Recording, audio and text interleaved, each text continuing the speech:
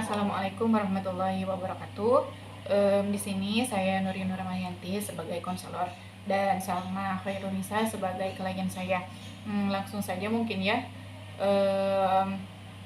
kepada Salma, apa sih yang membuat Anda ingin pergi ke konselor atau permasalahan apa yang Anda alami sekarang? Kumaha sih nya ngomongna mimiti Sok langsung mana? Oh langsung aja. Jadi berarti lu mungkin nanti itu mimitina. Jadi mungkin ya yang saya rasakan. Baju kurang kecil. Gini mungkin ya yang saya rasakan pertama kali saat sebenarnya saya tuh punya hubungan pacaran ya lah ya, istilah anak bodanya tuh. Sekarang berjalan 2 tahun lebih.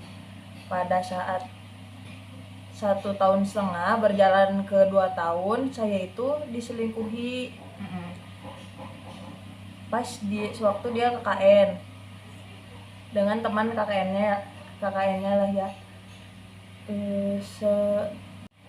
Lalu apakah Anda tahu selingkuhannya pacar Anda itu siapa? Tahu, yaitu kan teman Anda sendiri ya. Nah, maksudnya kakak kelas Anda gitu, karena kan dia juga 1 tingkat lebih tua ya dari saya kalau dari perkuliahan. Nah, jadi saya tuh sebenarnya sudah komunikasi sama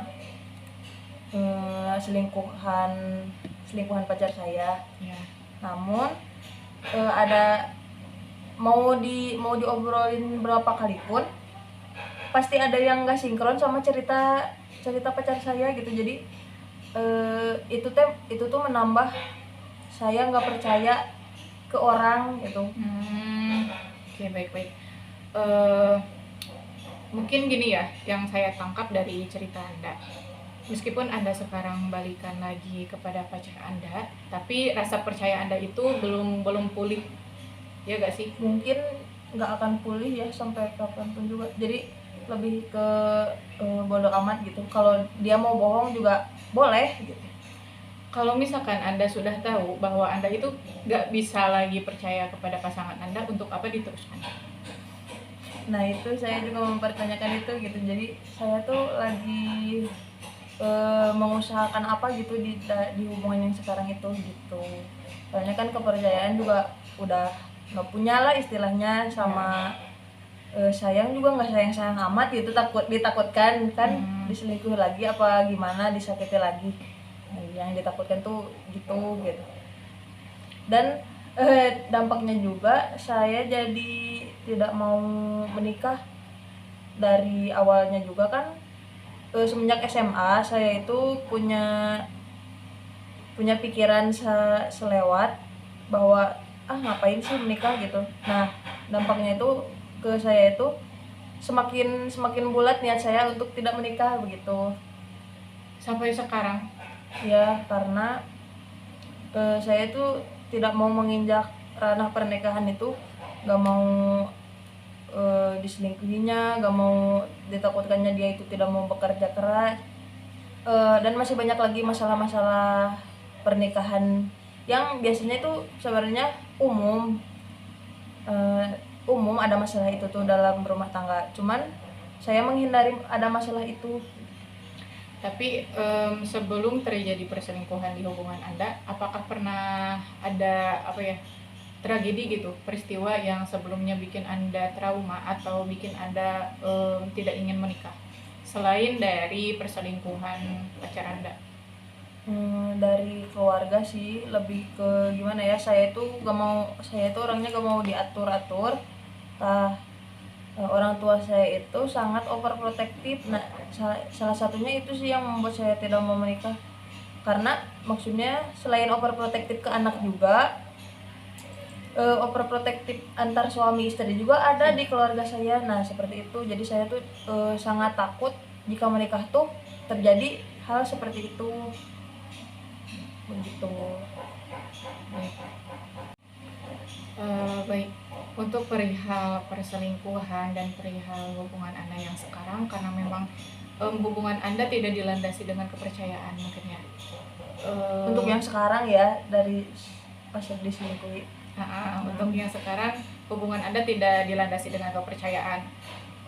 Bahkan bisa dikatakan bahwa hubungan Anda ya berjalan saja tanpa ada rasa apapun, mungkin seperti itu ya. Dan untuk perihal Anda takut untuk menikah karena Anda pernah diselingkuhi salah satunya, atau karena memang Anda mempunyai orang tua yang overprotective dan sehingga Anda takut untuk menikah. Mungkin yang bisa saya bantu, coba bayangin aja deh, nggak semua orang seperti itu. Anda harus percaya kepada diri Anda sendiri kalau semua orang memang mempunyai sifat seperti itu, tapi tidak semua orang bisa melakukan hal seperti itu. Karena memang itu manusiawi. Bisa dikatakan hal tersebut itu manusiawi. Cuma kalau misalkan untuk dilaksanakan, untuk dilakukan, tidak semua orang seperti itu. Anda harus percaya pada diri Anda bahwa semua orang itu tidak sama. Seperti itu. Jadi Anda itu harus membuka ruang buat orang lain, bahwa orang lain itu tidak sama brengseknya seperti orang yang Anda kenal, yang membuat Anda trauma sampai sekarang. Baik, lanjut di pertemuan kedua ya kali ini. Setelah kita berada di pertemuan pertama waktu itu, dan sekarang di pertemuan kedua, bagaimana sih perasaan Anda setelah pertemuan yang pertama? Mungkin sedikit lebih lega ya, ada perasaan lega karena ada yang bisa mendengarkan keluhan saya, karena kan itu sesuatu yang memalukan ya bagi saya kalau diceritakan kepada orang-orang ya khususnya tidak terlalu dekat dengan saya. Oh ya, apakah orang yang membuat Anda trauma sudah berubah, misalkan jadi berbuat baik kepada Anda atau bagaimana?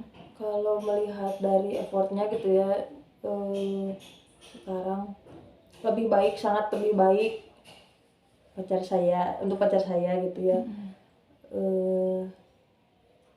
Tapi kalau untuk selingkuhannya tuh saya tidak tahu dan tidak mau tahu gitu. Karena saya entah mengapa, karena satu kampus mungkin ya, jadi saya tuh takut kalau misalnya mau bertemu dampak yang saya rasakan itu, saya takut untuk ke kampus karena takut bertemu. Padahal kan mungkinnya ruang lingkup kampus itu sangat luas ya, tidak mungkin berpapasan dengan sengaja, dan selama ini juga saya belum pernah berpapasan dengan selingkuhannya di kampus, khususnya di kampus. Jadi perasaan saya tuh merasa tidak tenang kalau misalnya ke kampus itu sih. Tapi apa yang membuat Anda takut bertemu dengan selingkuhannya? Karena kan Anda tidak berbuat salah.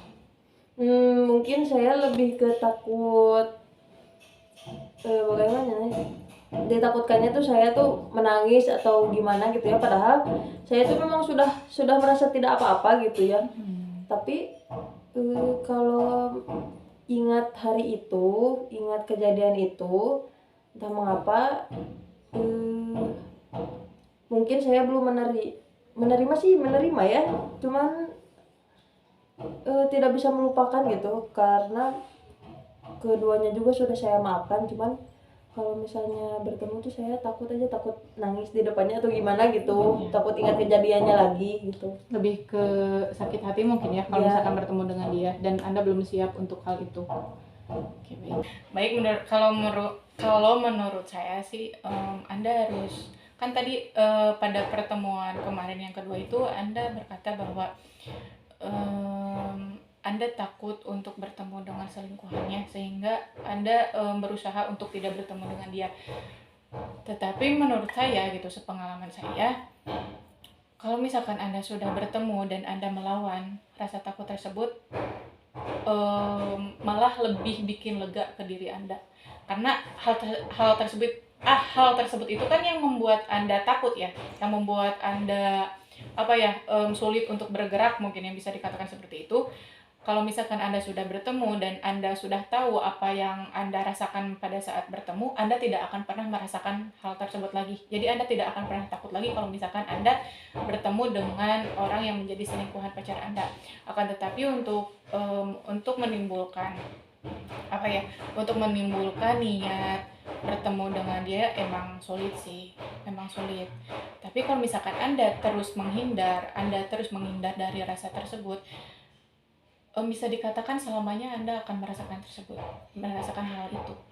Jadi alangkah lebih baiknya Anda melawan rasa itu sehingga biar Anda juga lega gitu, nggak terbebani. Tapi mungkin karena saya masih dengan pacar saya yang sekarang, mungkin saya merasa terbebani, kecuali jika saya sudah putus dengan pacar saya, mungkin saya tidak akan apa-apa gitu, tidak akan merasakan apa-apa. Ya itu sih yang membuat di diri saya ada beban tuh, karena saya balik lagi dengan pacar saya. Jadi saya ada merasa ketakutan gitu.